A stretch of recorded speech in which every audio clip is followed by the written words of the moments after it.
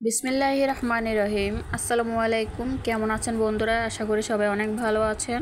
চলে আসলাম নতুন একটি ইউনিক রেসিপি নিয়ে, গরুর মাংস দিয়ে মান কচু রেসিপি। চলুন তাহলে রেসিপিটি শুরু করা যাক। চুলা একটা কড়াই বসিয়ে দিয়েছি। কড়াইটা গরম হয়ে গেলে দিয়ে দিব 1 কাপ পরিমাণ তেল, দিয়ে দিব গরম মশলা, আদা রসুন বাটা একসাথে পেস্ট করে নিয়েছি। মশলাটাকে ভালো করে ভুনে নিতে হবে যাতে কাঁচা গন্ধটা চলে যায়। দিয়ে দিলাম হলুদের গুঁড়া, মরিচের গুঁড়া, জিরার গুঁড়া, টমেটো সস দিয়ে দিয়েছি।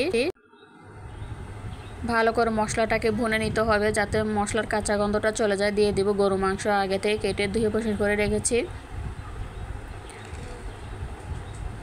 দিয়ে মাংসটাকে ভালো করে কষিয়ে নিতে হবে যাতে মাংসটা কষানো হয়ে যায়। আরও ভালো করে কষানোর জন্য একটু করে পানি দিয়ে ঢাকনা দিয়ে ঢেকে 10 মিনিট কষিয়ে নিচ্ছি।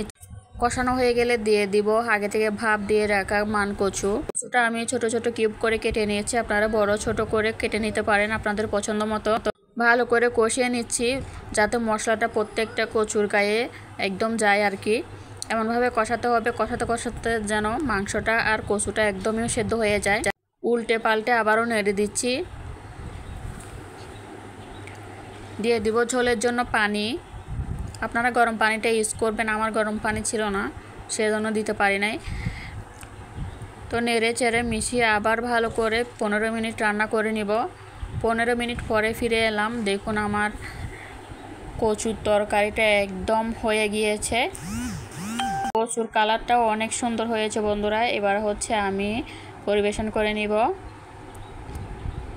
এরকম কচু দিয়ে মাংসর তরকারি থাকলে কি আর লাগে বলুন তো। তো আমি একটা বাটিতে নিয়ে নিলাম। দেখুন মাংসের কালারটা জাস্ট অসাধারণ হয়েছে। এরকম নতুন নতুন রেসিপি পেতে আমার চ্যানেলটি সাবস্ক্রাইব করে আমার পাশে থাকতে পারেন। ভালো লাগলে চ্যানেলটি সাবস্ক্রাইব করে পাশে থাকবেন, লাইক কমেন্ট শেয়ার করবেন। আসসালামু আলাইকুম সবাইকে। আল্লাহ হাফেজ।